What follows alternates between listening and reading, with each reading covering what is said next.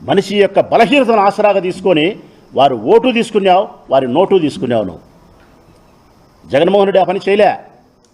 సంస్కరణ దిశగా ప్రయాణం చేసినాడు, మార్పు తీసుకురావాలా సమాజాన్ని అనుకున్నాడు. అందుకే నువ్వు బ్రాందీ షాపులు పెంచితే ఆయన బ్రాందీ షాపులు తగ్గించినాడు. 4384 షాపులు నువ్వు పెడితే 2014-19లో 19 నుంచి 24కు 2982 షాపులు పెట్టినాడు ఆయన. అదే దాదాపుగా 2000 షాపులను తగ్గించగలిగినాడు. గ్రామానికి నువ్వు బెల్ట్ షాపులు పెట్టినావు. ఈరోజు పల్లెకు 2-3 బెల్ట్ షాపులు ఉన్నాయి. ప్రజలారా, సత్యం కాదా? జగన్మోహన్ రెడ్డి ప్రభుత్వంలో ఎక్కడైనా ఈ రాష్ట్రంలో ఒక్క పల్లెలో బెల్ట్ షాప్ మీరు చూపిస్తే 2019 నుంచి 24 వరకు ఈ రాష్ట్రంలో ఎక్కడైనా ఒక్క గ్రామంలో ఒక్క బెల్ట్ షాప్ మీరు చూపిస్తే నా జీవితం అంతా ఎన్నికల్లో పోటీ చేయను. ఈరోజు పల్లెకు 2-3 బ్రాందీ షాపులు ఉన్నాయి, బెల్ట్ షాపులు ఉన్నాయి. మనం ఒక పల్లెకు పోయి ఒక వాటర్ క్యాన్ కావాలా, కూల్గా ఉండే వాటర్ క్యాన్ కావాలంటే పల్లెకు పోయి మనం ఒక అర్ధగంటకు వస్తుంది. ప్రజలారా, మా నియోజకవర్గంలో ఒకరోజు మేము వెలవలికి పోయినాం. వెలవలికి పోయి డిన్నర్ ఉంటే మా వాళ్ళంతా తాగాలని అనుకుంటే అక్కడుండే మా లీడరు ఒక వాటర్ క్యాన్ కూల్గా ఉండేది కావాలని చెప్పినాడు, ఈ బాటలు కావాలని చెప్పినాడు. కూల్గా ఉండే వాటర్ క్యాను అర్ధగంటకు వచ్చింది, మందు మాత్రం 5 నిమిషాలకు వచ్చింది.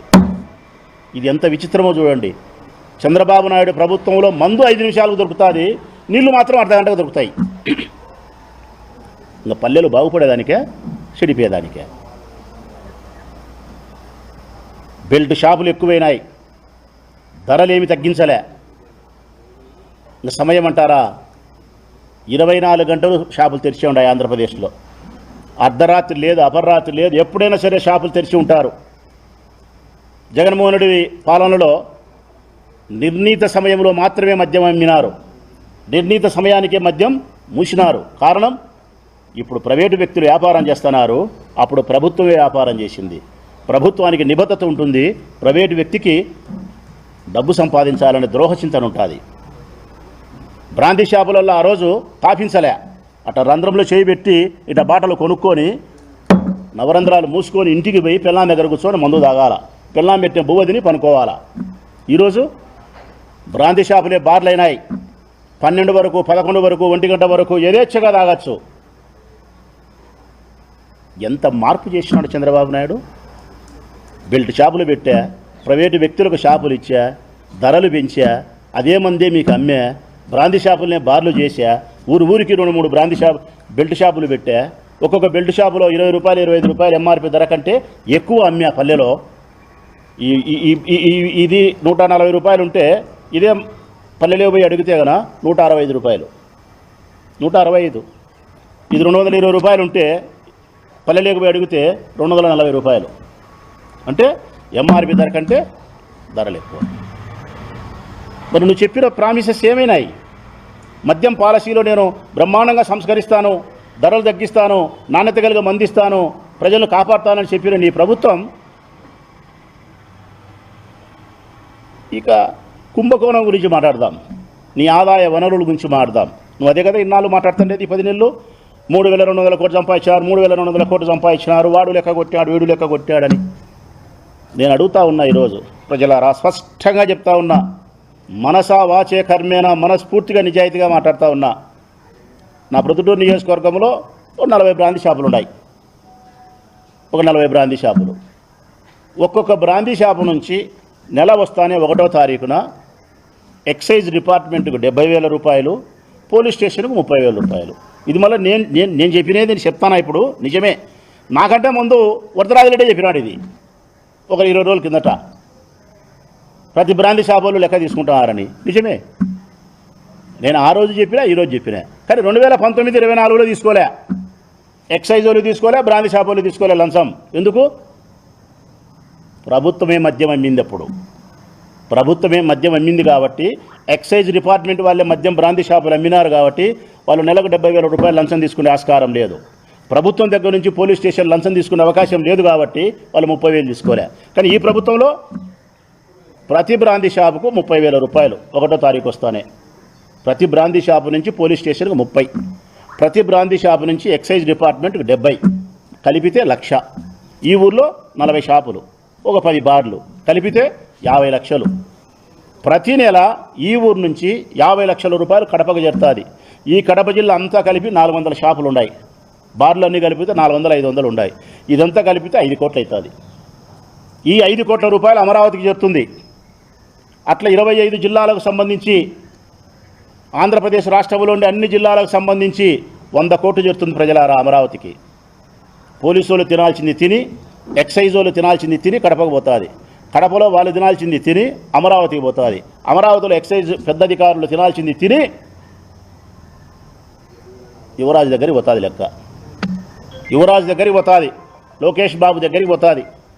ఇది 100 కోట్ల రూపాయలు నెలకు, సంవత్సరానికి 1,200 కోట్ల రూపాయలు అవినీతి జరుగుతుంది. ఇది కాదు అని ఏ అధికారి అయినా సరే, ఏ తెలుగుదేశం పార్టీ వాడైనా సరే ధైర్యంగా వాళ్ళ బిడ్డల మీద ప్రమాణం చేసి చెప్పమను. ప్రతి బ్రాంతి షాపు నుంచి 1,00,000 రూపాయలు పోతుందా లేదా, అమరావతి చేరుతుందా లేదా, అందరూ కలిసి అధికారులు రాజకీయ నాయకులు అందరూ కలిసి దొంగలు ఊర్లు పంచుకున్నట్టు పంచుకుంటున్నారా లేదా. ఇది కాకుండా ఇక సింహం వేటాడేది ఉంది. ఇవి నక్కలు తోడేలు తినేది. ఇక సింహం వేటాడేది ముఖ్యమంత్రి. అన్ని డిస్టిలరీ నుంచి ఏవైతే ఈ మందు తయారు చేసే డిస్టిలరీస్ నుంచి ఏపీ బ్రూవరీస్కు చేరుతాయో ఆ డిస్టిలరీస్ ద్వారా కమిషన్ రూపంలో వాళ్ళు చెప్పినట్టు, ఇప్పుడు ధనంజయ రెడ్డి ఎవరైతే కమిషన్ రూపంలో తీసుకున్నారో చెప్పినారో అట్లా కమిషన్ రూపంలో మీకు చేరే లెక్క సంవత్సరానికి 1000 కోట్లు. నక్కలు తోడేలు కలిసి 1000 కోట్లు తింటే, సింహం 1000 కోట్లు తింటే సంవత్సరానికి 2,000 కోట్లు, 5 సంవత్సరాలకు 10,000 కోట్లు. చంద్రబాబు నాయుడు ప్రభుత్వంలో మద్యం పాలసీలో 10,000 కోట్లు అవినీతి అక్రమం దోపిడీ, జగన్మోహన్ రెడ్డి ప్రభుత్వంలో 3,000 కోట్లు మీరు చెప్పింది. దీన్నే కదబ్బా అత్త కోడలకు శుద్ధులు చెప్పడం, తెల్లవారితలకి తుస్సు బసపని ఇడ్చడం. ఇదే మా సైడ్ చెప్పేది. నేను అడుగుతా ఉన్నా, మద్యం ధరలు తగ్గినాయా పెరిగినాయా ప్రజలారా? ప్రొద్దుటూరు నియోజకవర్గ ప్రజలారా మీరే చెప్పండి. ధరలు చెప్పినా, బ్రాండ్లు చూపించినా. బెల్ట్ షాపులు ఉన్నాయా లేవా ప్రజలారా మీరే చెప్పండి. రాష్ట్ర ప్రజలారా, ప్రతి గ్రామంలో బెల్ట్ షాపుకి 20 రూపాయలు 15 రూపాయలు ఎక్కువ తీసుకుంటారా లేదా మీరే చెప్పండి ప్రజలారా. బ్రాందీ షాపులలో మద్యం తాపిస్తున్నారా తాపించలేదా మీరే చెప్పండి ప్రజలారా. బ్రాందీ షాపులు ఏ సమయంలో అయినా తెరిచి పెడుతున్నారా లేదా మీరే చెప్పండి. తాపిస్తున్నారా లేదా మీరే చెప్పండి. ఇవి కాకుండా గోవా నుంచి, పాండిచ్చేరి నుంచి, ఇతర రాష్ట్రాల నుంచి మద్యం వస్తూ ఉంది. దాన్ని అరికట్టేవాడు లేడు. ఆ బుద్ధ అరికట్టినారు. కారణం ప్రభుత్వం మద్యం అమ్ముతోంది కాబట్టి నియంత్రించినారు. ఈ బుద్ధు ఎవరికి ఎవడో, ఎవరి బిడ్డకి ఎవడు తండ్రో సిక్కినట్టు దోసుకుంటున్నారు. మద్యం పాలసీ మటుకు నేను బ్రహ్మాండంగా అమలు చేస్తానని చెప్పి ఈ ప్రభుత్వం చెప్తుంది. ఇంకా ప్రజలు తెలియాల్సిన సత్యం చెప్తా ఉన్నా, ఈ రాష్ట్రంలో ఎన్ని బ్రూవరీస్, ఎన్ని డిస్టిలరీస్ ఉన్నాయనే దాని మీద ఒకసారి మీకు తెలియాల్సిన అవసరం ఉంది ప్రజలారా. ఎన్ని ఉన్నాయి అంటే ఈ మందు తయారు చేసే ఫ్యాక్టరీలు, మన భాషలో, మన ప్రొద్దుటూరు భాషలో ఏంటంటే ఈ మందు తయారు చేసే ఫ్యాక్టరీలు అనుకున్నాం. వాళ్ళ భాషలో అయితే డిస్టిలరీస్ అంటారు, మన భాషలో అయితే ఫ్యాక్టరీలు అనుకున్నాం. ప్రెసిడెంట్ మెడల్ అనేది ఒకటి హైదరాబాద్ బ్లూ డీలక్స్ బ్రాండ్ల విస్కీ 2017 నవంబర్ 22న చంద్రబాబు ప్రభుత్వం అనుమతించింది. అంటే ఈ డిస్టిలరీస్ ఎన్నైతే ఉన్నాయో వీటిలో 4 ఫ్యాక్టరీలకు అనుమతి ఇచ్చింది కాంగ్రెస్ ప్రభుత్వం. తక్కినంగా మిగతా 20-25 డిస్టిలరీస్ అన్నిటికీ అనుమతి ఇచ్చింది చంద్రబాబు నాయుడు ప్రభుత్వం. ఒక్క ఫ్యాక్టరీకి కూడా జగన్మోహన్ రెడ్డి అనుమతి లే. ఒక్కటంటే ఒకటి కూడా. 2019 నుంచి 24 వరకు జగన్మోహన్ రెడ్డి పరిపాలన చేసిన కాలంలో బ్రాందీని, విస్కీని తయారు చేయడానికి ఫ్యాక్టరీ పెట్టుకునేదానికి అనుమతి మా ప్రభుత్వం ఒక్కటి కూడా ఇలా. అన్ని చంద్రబాబు నాయుడు ఇచ్చినట్టే.